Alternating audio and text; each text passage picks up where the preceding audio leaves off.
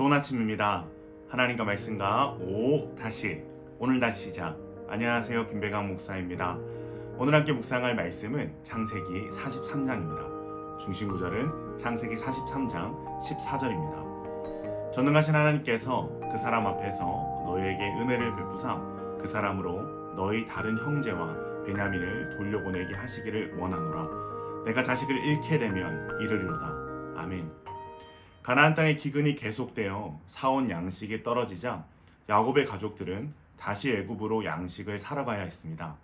그러나 총리인 요셉의 제안대로 베냐민을 데려가야만 했습니다. 그런데 야곱은 베냐민을 보낼 생각이 없습니다. 이때 넷째 아들인 유다가 아버지 야곱을 설득하여 베냐민을 무사히 데려오고 돌아오는 일에 자신의 모든 책임을 지겠다고 합니다. 9절입니다. 내가 그를 위하여 담보가 되오리니 아버지께서 내 손에서 그를 찾으소서. 내가 만일 그를 아버지께 데려다가 아버지 앞에 두지 아니하면 내가 영원히 죄를 지리이다. 아멘. 온 가족이 기근으로 인해 생명의 위협을 받을 때 자신 스스로를 담보로 내건 유다의 모습은 하나님께서 왜 유다의 계보를 통해서 다윗 왕과 예수 그리스도를 나게 하셨는지를 엿볼 수 있는 중요한 대목입니다. 사실상 야곱의 장자는 르우벤이었지만 르우벤은 늘 책임을 회피하고 남의 탓만 하는 장자답지 못한 모습을 보입니다. 그러나 이러한 유다의 모습은 죄로 인해 사망으로 향하는 우리의 구원을 위해 우리의 장자가 되사 십자가를 지신 예수 그리스도의 모습을 엿볼 수 있는 장자다움을 보여주고 있습니다. 야곱은 이름의 뜻과 같이 태어날 때부터 자기의 손에 무언가를 움켜쥐고 있는 사람이었습니다.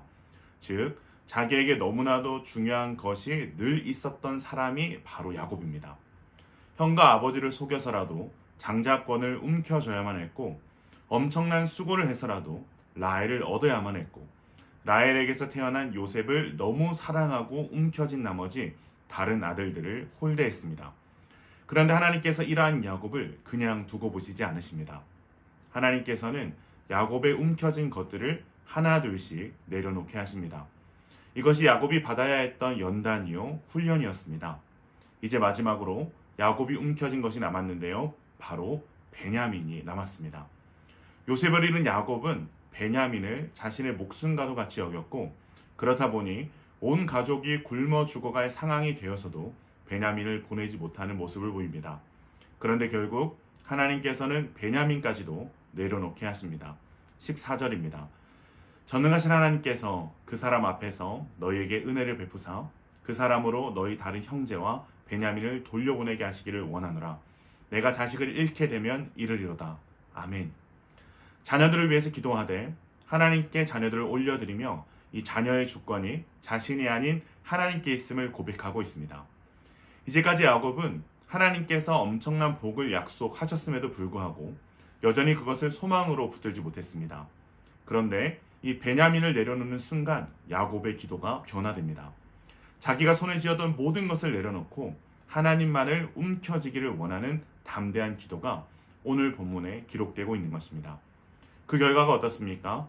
잃어버린 아들 요셉도 찾고 기근 가운데 하나님께서 예비하신 큰 축복을 받습니다. 이것이 하나님의 섭리입니다.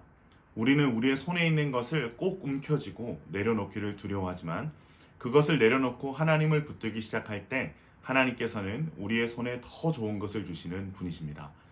그렇게 유다와 형제들은 다시 요셉 앞에 서게 되었습니다. 자, 그때 어떠한 일이 일어날까요?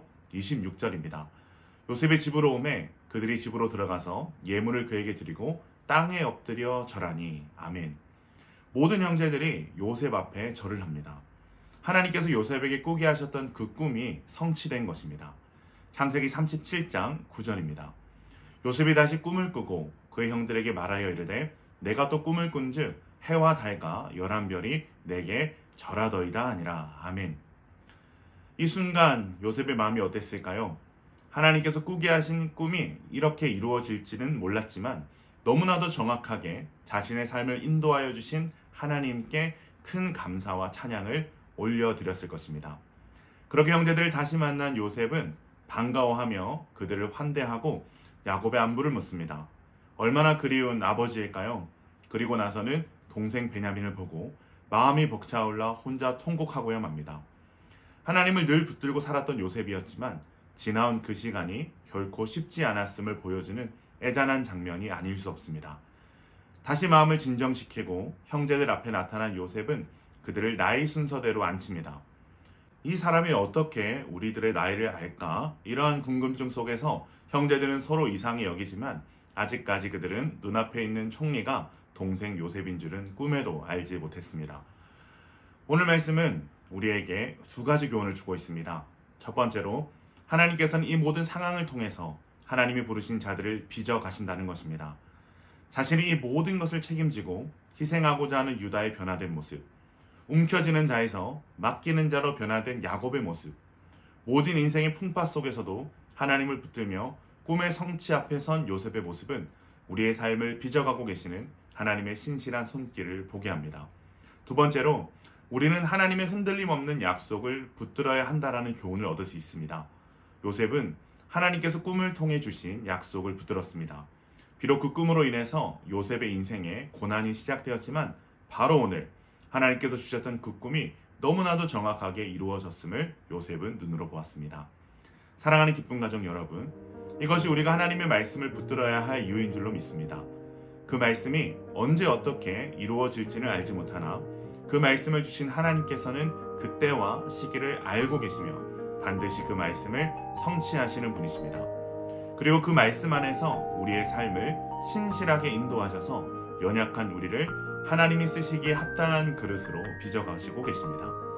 오늘 하루 흔들림 없는 하나님의 말씀을 붙들고 모든 상황 속에서 우리를 빚어가고 계시는 하나님의 손길을 바라보며 하나님 외에 움켜쥐고 있었던 모든 것을 내려놓고 하나님만을 강하게 붙드는 기쁜 가족들 되시길 주님의 이름으로 축원합니다.